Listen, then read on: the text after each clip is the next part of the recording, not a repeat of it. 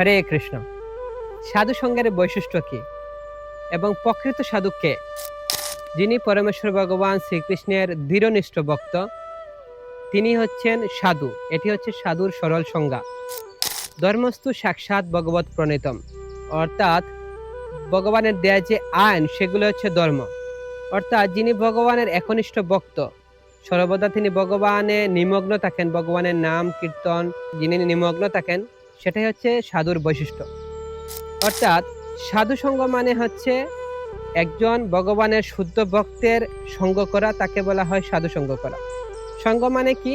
যিনি সাধুর কথা শুনবেন, সাধুরকে তিনি দেখে কিছু শিক্ষা অর্জন করবেন, সাধুর গুণগুলা তিনি বিচার করে নিজের জীবনে প্রয়োগ করবেন, সেটাকে বলা হয় সাধু সঙ্গ।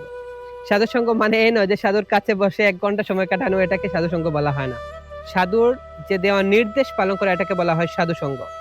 তাই শ্রী চৈতন্য চৈতামৃতের মধ্যলীলায় বলা হয়েছে, সাধু সঙ্গ সর্বশাস্ত্রে কয়, লবমাত্র সাধু সঙ্গে সর্বসিদ্ধি হয়।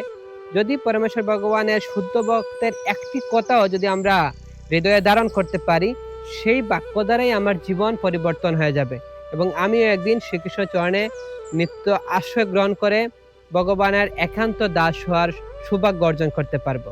এটি হচ্ছে প্রকৃত সাধু সঙ্গ। হরে কৃষ্ণ।